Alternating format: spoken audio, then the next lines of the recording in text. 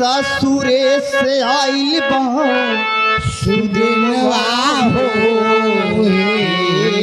सखी दुनिया से जाइबा ससुरे से आइल बा सुदिनवा हो सखी दुनिया से जाइबा।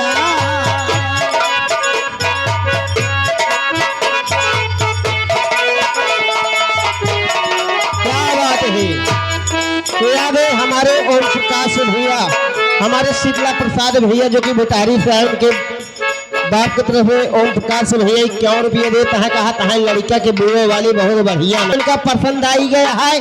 कहा था लड़का की बुआ माल एकदम लागत यही से कुवारी में है।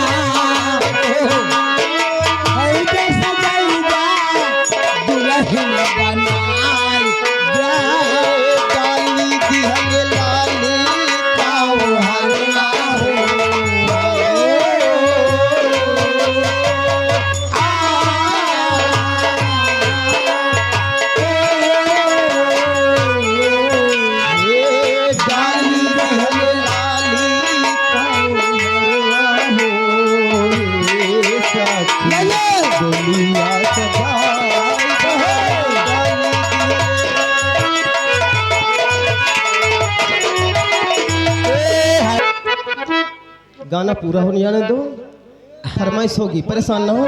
ए भैया घबराए न, सबका फरमाइश पूरे हुए।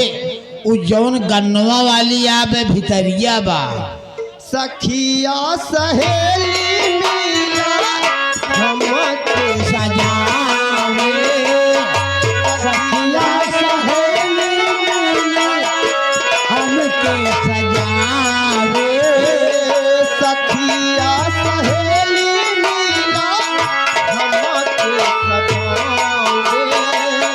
रंगे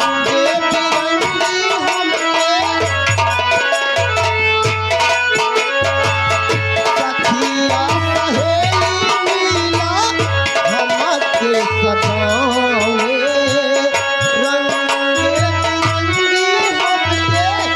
साड़ी पहनावे, साड़ी पहिनावे, पहिनली सोने के कंगनवा हो,